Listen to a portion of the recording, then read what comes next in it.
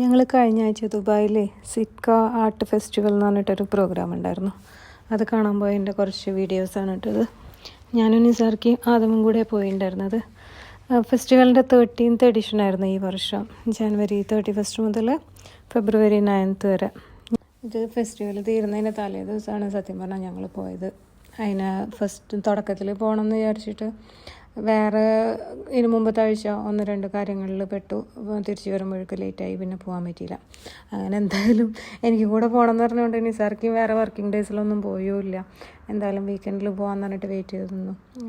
അപ്പോൾ പിന്നെ ഈ ആഴ്ച എന്തായാലും നീ വന്നാലും ഇല്ലെങ്കിലും ഞാൻ പോകും എന്ന് പറഞ്ഞിട്ട് നീ ഒരു 4-4:30 ആകുമ്പോഴേക്കും റെഡിയാവും, നമുക്ക് ഇറങ്ങാമെന്നൊക്കെ പറഞ്ഞു. പക്ഷേ ഞാൻ മാറ്റി റെഡിയായി വന്നപ്പോഴേക്കും ലേറ്റായി പോയി.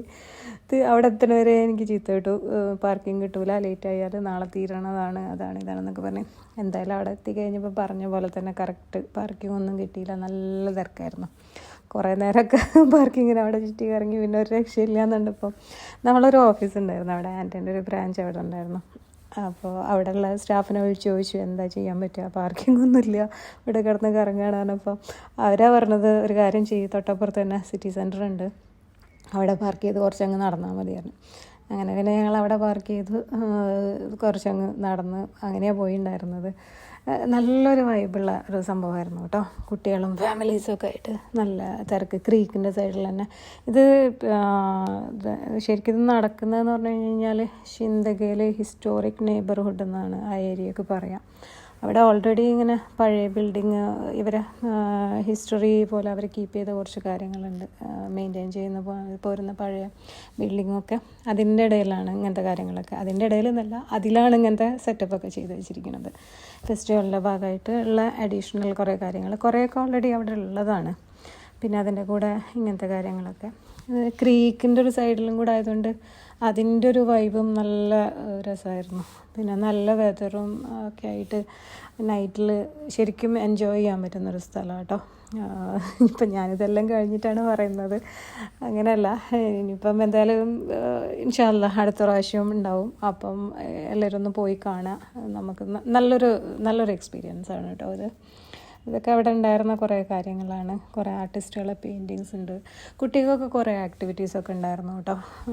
ലൈവ് ആയിട്ട് പെയിൻറ്റിങ്സ് കുട്ടികൾക്ക് പഠിപ്പിച്ചു കൊടുക്കുന്നത് അങ്ങനത്തെ ഉണ്ട്. പിന്നെ 3-4 ഇതുണ്ടായിരുന്നു, എന്താ പറയുക, സ്റ്റേജസ്. ഓരോ സ്റ്റേജിലും ഓരോ പ്രോഗ്രാമൊക്കെ ആയിട്ട് അങ്ങനത്തെ കാര്യങ്ങളുണ്ടായിരുന്നു.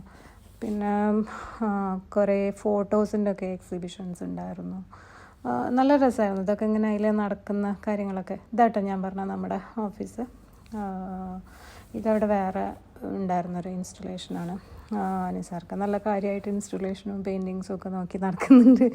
ഞാനും ആദ്യം വേറൊരു വഴിക്ക് ഇങ്ങനെ നടക്കുന്നുണ്ടായിരുന്നു. ഇതൊക്കെ എക്സിബിഷൻ്റെ ഭാഗമായിട്ടുള്ള, ഫെസ്റ്റിവലിൻ്റെ ഭാഗമായിട്ടുള്ള കാര്യങ്ങളാണ്, അഡീഷണൽ ക്രിയേറ്റ് ചെയ്ത് വെച്ചിരിക്കുന്നതാണ്. അപ്പം പിന്നെ ഇതാ ഞാൻ പറഞ്ഞ ഒരു സ്റ്റേജിൽ നടക്കുന്നൊരു ലൈവ് പെർഫോമൻസ് എന്ന് പറഞ്ഞില്ലേ.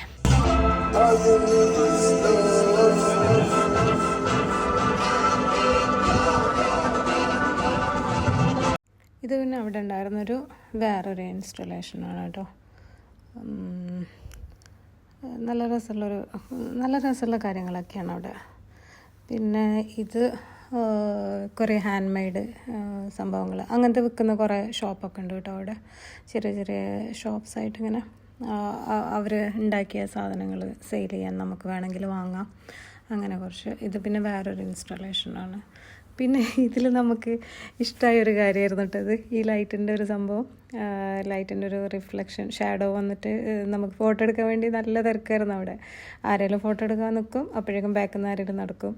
അങ്ങനെ എന്തായാലും കുറച്ച് നേരമൊക്കെ അവിടെ നിന്ന് 1-2 ഫോട്ടോ ഒക്കെ ഒപ്പിച്ച് എങ്ങനെ അങ്ങ് പോന്നു. എന്തായാലും നല്ലൊരു ഈവനിങ്, നല്ല ഹാപ്പി ആയിട്ട് സ്പെൻഡ് ചെയ്യാൻ പറ്റിയൊരു സ്ഥലം.